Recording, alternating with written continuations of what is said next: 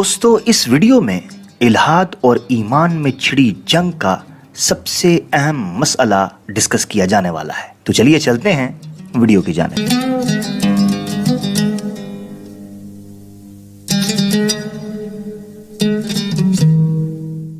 عقل اور سائنس کے بے لگام گھوڑے پر سوار خدا کے وجود کی تھکا دینے والی بحث میں ملحد اور مومن دونوں کے سامنے ہمیشہ ایک فیصلہ کن موڑ آتا ہے، جہاں ملحد ہتھیار ڈال کر آخری پتا پھینکتا ہے کہ چلو میاں مومن، اگر ہر چیز کا کوئی بنانے والا ہوتا ہے تو بھلا بتاؤ خدا کا خالق کون ہے؟ یہ سوال الہاد کے برعکس فطرتی ہے، اور فطرت کا جادو تو ملحد اور مومن دونوں پر برابر اثر انداز ہوتا ہے۔ ہاں، فرق اگر ہے تو صرف اتنا کہ ایک سادہ سا مومن اپنی عقل سے معذرت لے کر اکثر ان جیسے سوالات کو نہ سمجھ آنے والی پہیلی کہہ کر جھٹک دیتا ہے، جبکہ ملحد اس سوال کے درست جواب سے رخ موڑ کر خدا کا انکار کر بیٹھتا ہے۔ اور یقیناً یہ ایک اہم مسئلہ کے بارے میں انتہائی جلد بازی ہے، جو کم از کم سائنسی رویہ تو کہیں سے ہو نہیں سکتا۔ بہرحال کچھ بھی ہو، یہ سوال جس قدر ایک سادہ مومن کو ستاتا ہے، اتنا ہی ملحدین اس سوال کے سہارے خدا کے وجود کو سرے سے ہی مشکوک کرنے کی کوشش میں جتے ہوئے ہیں۔ ایمان اور الہاد کی اس بے رحم جنگ میں دیسی ملحدوں کو سائنس کے چور دروازے سے جو لاجسٹک سپورٹ پہنچ رہی ہے، ان پہنچانے والوں میں ہاکنگ اور ڈاکنز کسی تعارف کے محتاج نہیں۔ دوستو، اس سوال کی اہمیت اور کاٹ کا اندازہ اس سے بھی کریں کہ ملحدوں کے یہ شیخین بھی جب چھپنے کی کوئی راہ نہ پاتے تھے تو اسی فطرتی سوال کی آڑ لیتے ہوئے دکھائی دیتے ہیں۔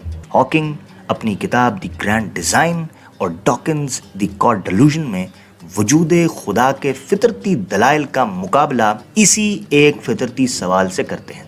وہ یوں لگتا ہے کہ جیسے عالمی الہاد کے ڈیفنس میں یہ فطرتی سوال ایٹم بم کے فرائض انجام دے رہا ہے، جس کے ایکٹیویٹ ہونے پر نہ الہاد بچتا ہے اور نہ ہی ملحد۔ البتہ خالق کی فطری ضرورت جوں کی توں قائم رہتی ہے۔ رہے باقی سوالات تو کچھ تو حل ہو چکے ہیں، اور کچھ میں اتنا دم نہیں ہے کہ وہ خدا کی نفی کے ٹاپک پر پیش کیے جا سکیں۔ دوستو، جبکہ عالمی الہاد اپنے تمام انڈے اس ایک سوال کی ٹوکری میں رکھ ہی چکا ہے، یہ ایک اہم موڑ ہے کہ جب الہاد ایمان سے منزل کا پتہ پوچھ رہا ہے۔ کسی مومن کے لیے یہ موڑ کسی حسین وادی کی طرف جاتی بل کھاتی روڈ سے کم نہیں ہے، کیونکہ اس روڈ کے اختتام پر خدا اپنی پوری شان و شوکت کے ساتھ ملحد کا انتظار کر رہا ہے۔ گویا مومن ہاتھ پکڑ کر ملحد کی خدا سے ملاقات کروانے والا ہے۔ وہ کہتے ہیں نا کہ صبح کا بھولا اگر شام کو گھر لوٹ آئے تو اسے بھولا نہیں کہتے۔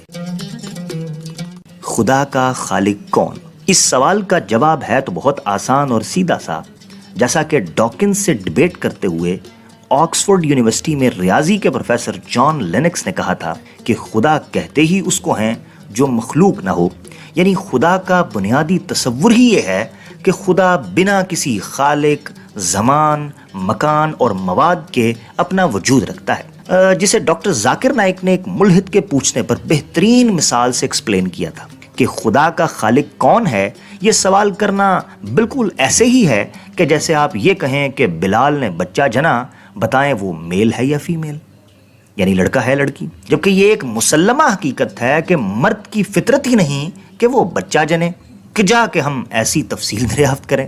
آسان لفظوں میں یہ کہہ لیں کہ یہ سوال ہے ہی غیر ضروری۔ اب ملحد یہ کہیں گے کہ اگر یہ سوال ہے ہی غیر ضروری تو پھر یہ اتنا فطرتی کیوں ہے؟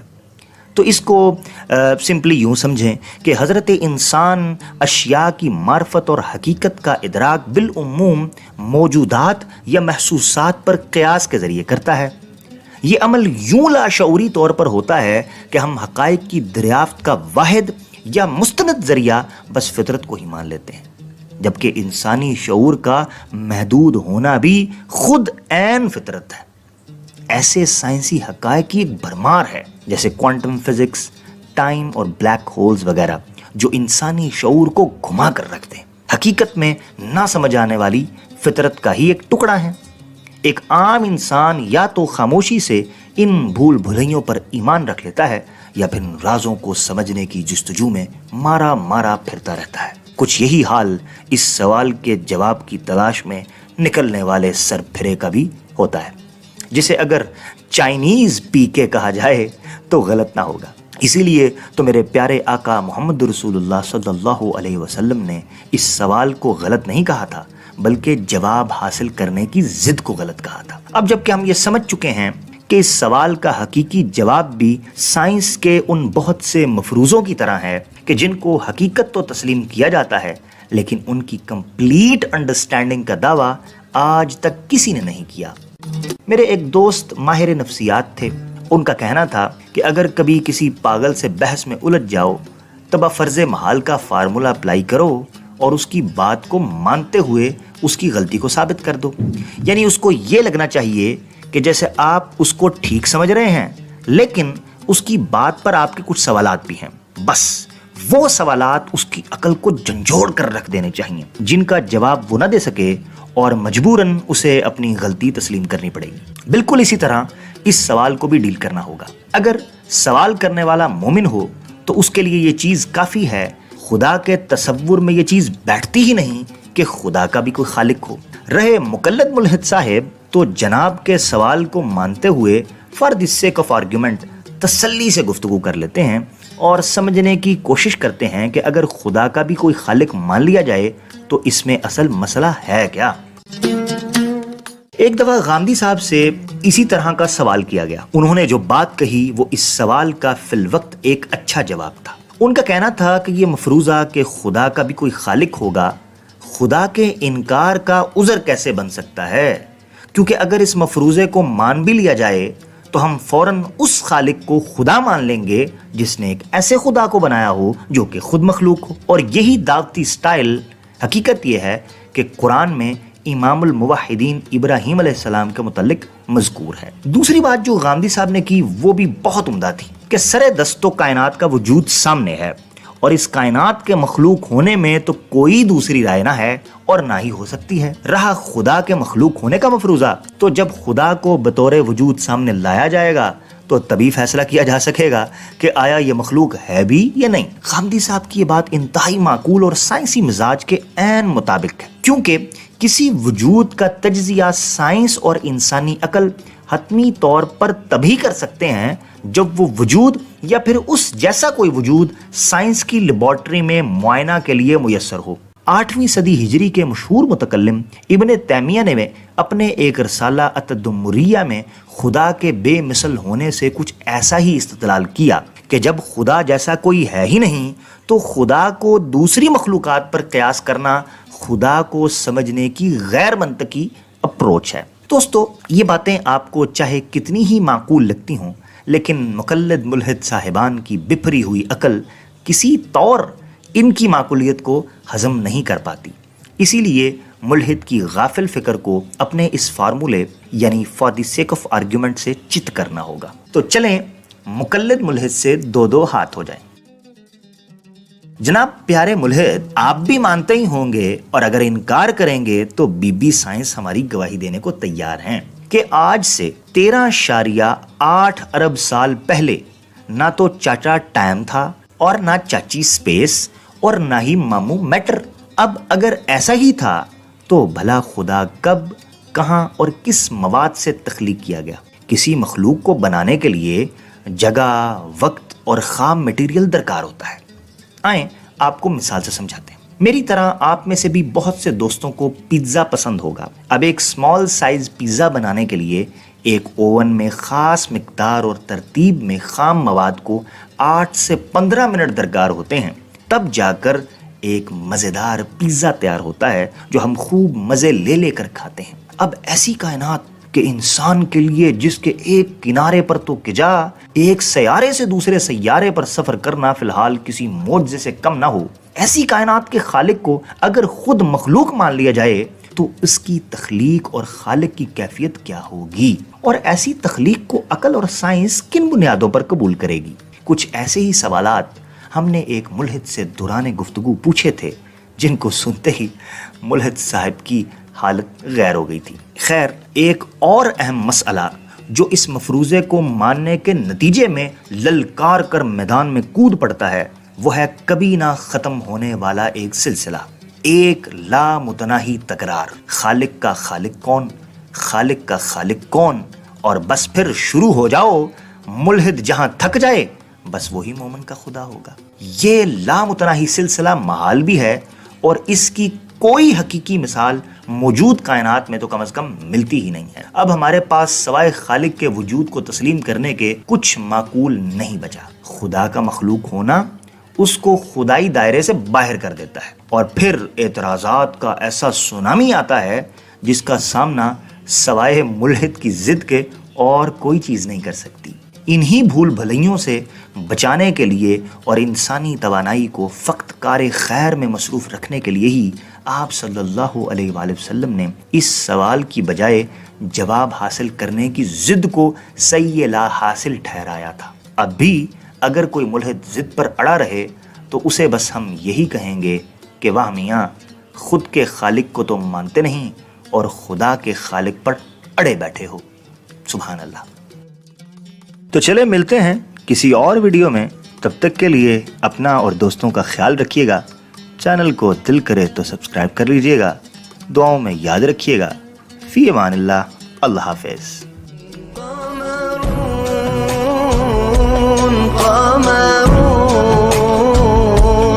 قمر سيدنا النبي قمر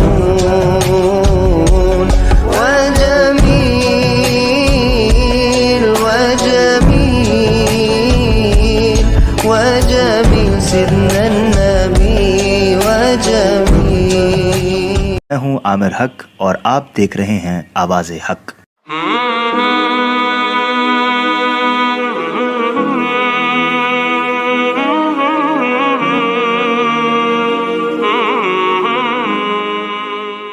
دوستو، اس ویڈیو میں الہاد اور ایمان میں چھڑی جنگ کا سب سے اہم مسئلہ ڈسکس کیا جانے والا ہے، تو چلیے چلتے ہیں ویڈیو کی جانب۔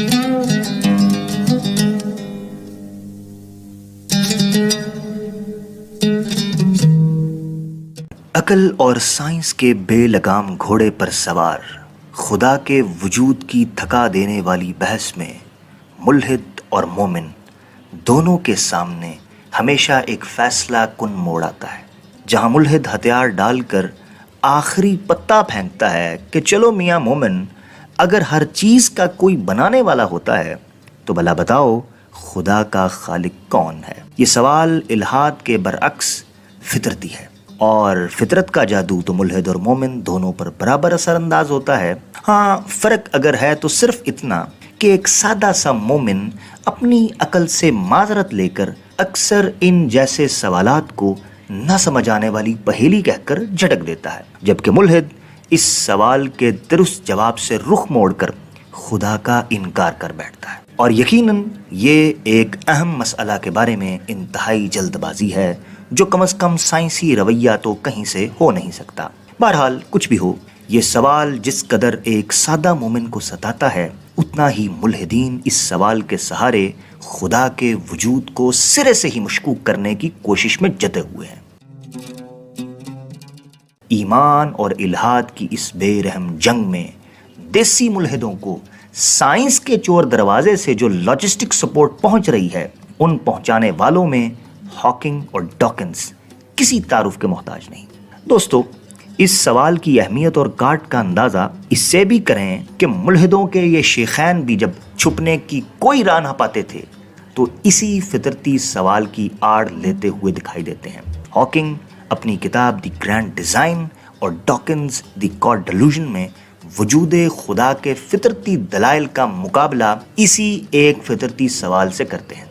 وہ یوں لگتا ہے کہ جیسے عالمی الہاد کے ڈیفنس میں یہ فطرتی سوال ایٹم بم کے فرائض انجام دے رہا ہے، جس کے ایکٹیویٹ ہونے پر نہ الہاد بچتا ہے اور نہ ہی ملحد۔ البتہ خالق کی فطری ضرورت جوں کی توں قائم رہتی ہے۔ رہے باقی سوالات تو کچھ تو حل ہو چکے ہیں اور کچھ میں اتنا دم نہیں ہے کہ وہ خدا کی نفی کے ٹاپک پر پیش کیے جا سکیں۔ دوستو، جبکہ عالمی الہاد اپنے تمام انڈے اس ایک سوال کی ٹوکری میں رکھ ہی چکا ہے، یہ ایک اہم موڑ ہے کہ جب الہاد ایمان سے منزل کا پتہ پوچھ رہا ہے، کسی مومن کے لیے یہ موڑ کسی حسین وادی کی طرف جاتی بل کھاتی روڈ سے کم نہیں ہے، کیونکہ اس روڈ کے اختتام پر خدا اپنی پوری شان و شوکت کے ساتھ ملحد کا انتظار کر رہا ہے۔ گویا مومن ہاتھ پکڑ کر ملحد کی خدا سے ملاقات کروانے والا ہے۔ وہ کہتے ہیں نا کہ صبح کا بھولا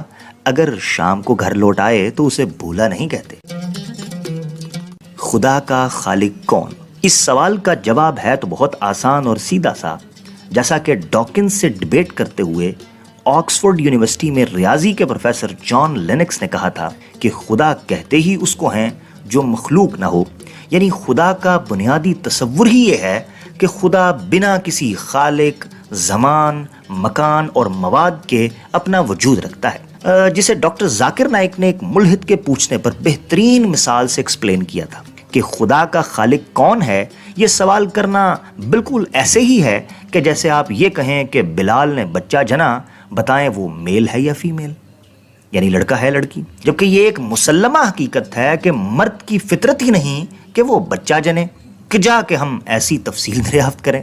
آسان لفظوں میں یہ کہہ لیں کہ یہ سوال ہے ہی غیر ضروری۔ اب ملحد یہ کہیں گے کہ اگر یہ سوال ہے ہی غیر ضروری تو پھر یہ اتنا فطرتی کیوں ہے؟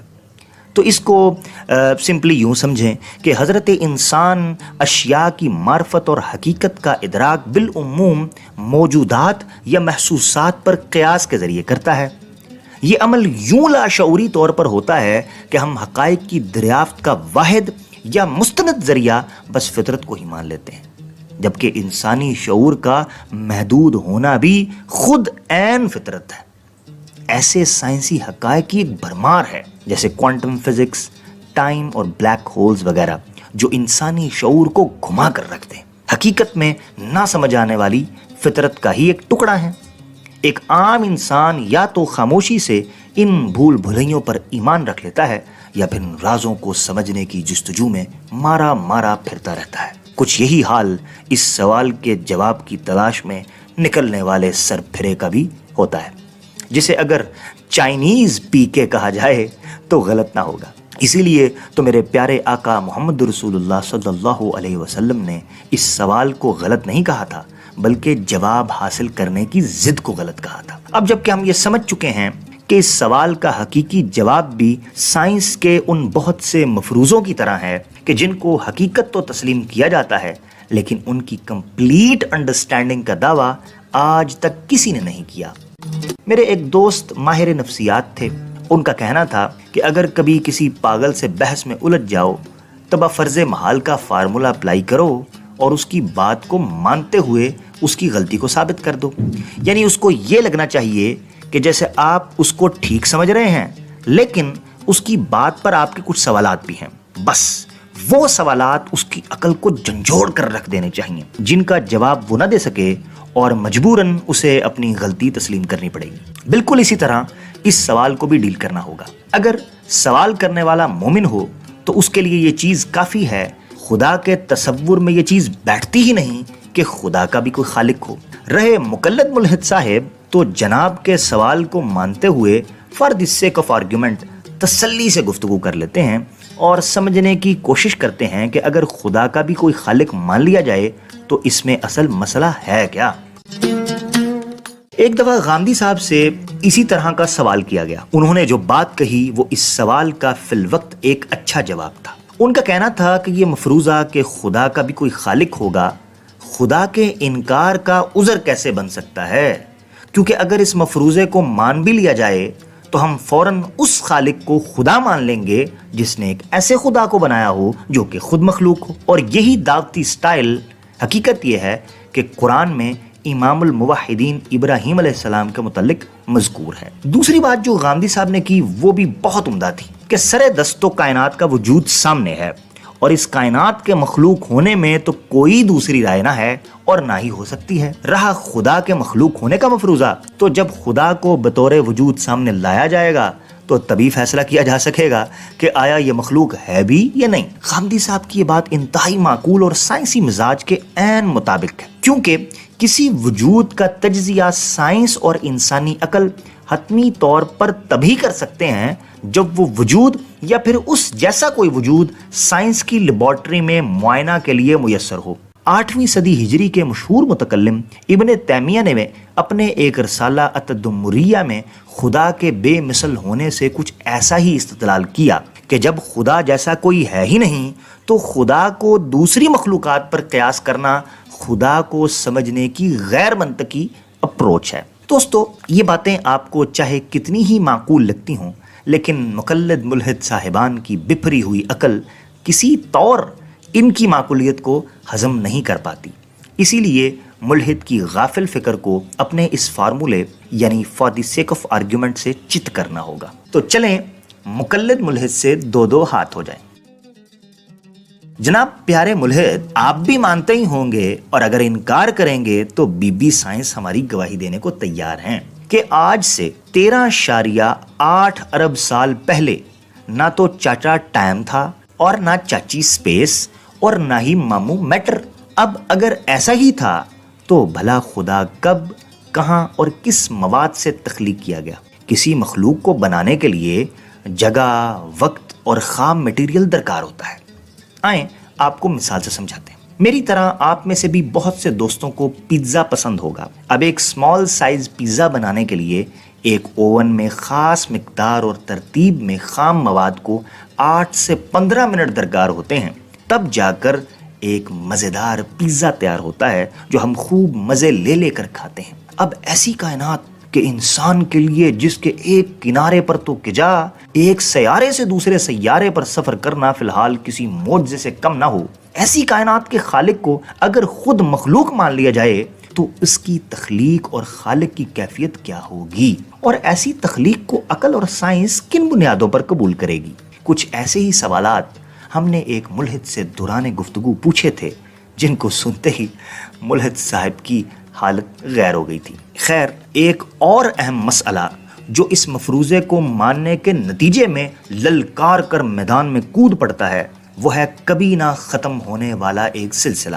ایک لامتناہی تکرار۔ خالق کا خالق کون، خالق کا خالق کون، اور بس پھر شروع ہو جاؤ، ملحد جہاں تھک جائے بس وہی مومن کا خدا ہوگا۔ یہ لامتناہی سلسلہ محال بھی ہے اور اس کی کوئی حقیقی مثال موجود کائنات میں تو کم از کم ملتی ہی نہیں ہے۔ اب ہمارے پاس سوائے خالق کے وجود کو تسلیم کرنے کے کچھ معقول نہیں بچا۔ خدا کا مخلوق ہونا اس کو خدائی دائرے سے باہر کر دیتا ہے، اور پھر اعتراضات کا ایسا سونامی آتا ہے جس کا سامنا سوائے ملحد کی ضد کے اور کوئی چیز نہیں کر سکتی۔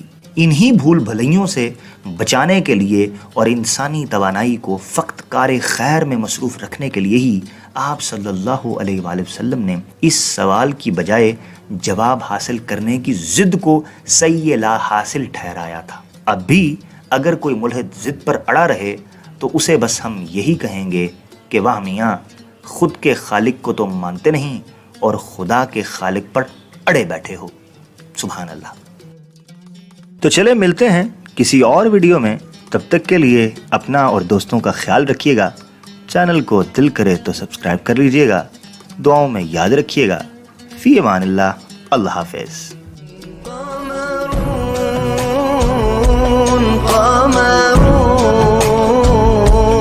قمر سيدنا النبي قمر